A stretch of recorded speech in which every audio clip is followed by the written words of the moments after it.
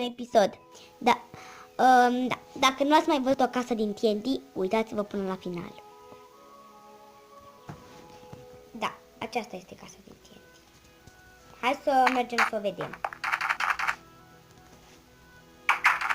Casa din TNT.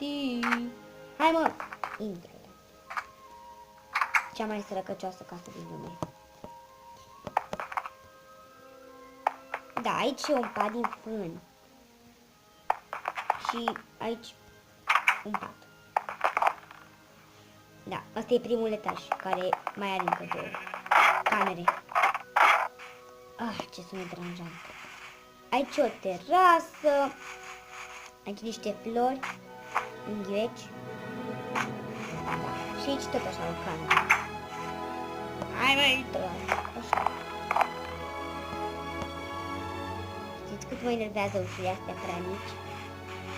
Acum să mergem la al treilea etaj.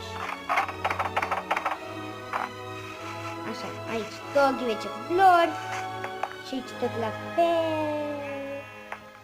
Și aici tot așa. Și aici sunt niște lucruri. Mai am ceva să... Și da, cam aceasta este toată casa făcută doar din... Nu doar din... mă enervați. Stați așa. O să repar eu după aceea. Acum, acolo scrie Teo. Da, pe mine mă cheamă Teodora și toată lumea îmi spune Teo și m-am gândit să scriu acolo Teo, pardon. Vreau să mai prezint ceva. Aceasta e un forn. Eu am pus prea mult, am pus torțe peste tot. Da, și aici avem 3 ghivece cu flori. Aici e ăsta al meu. Și aici... Deschide-te. Măi, deschide-te. Oh. Așa. Da, și aici... Da. Și aici înăuntru. Da.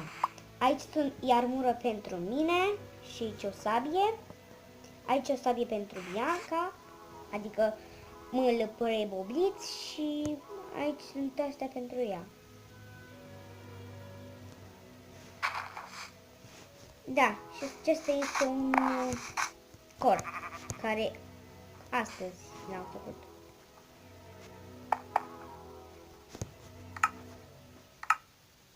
Credeam că sunt îmbrăcată în armură, nu o să mă îmbrac în armură. Așa. Vreau să vă zic că mâine o să... Nu mâine.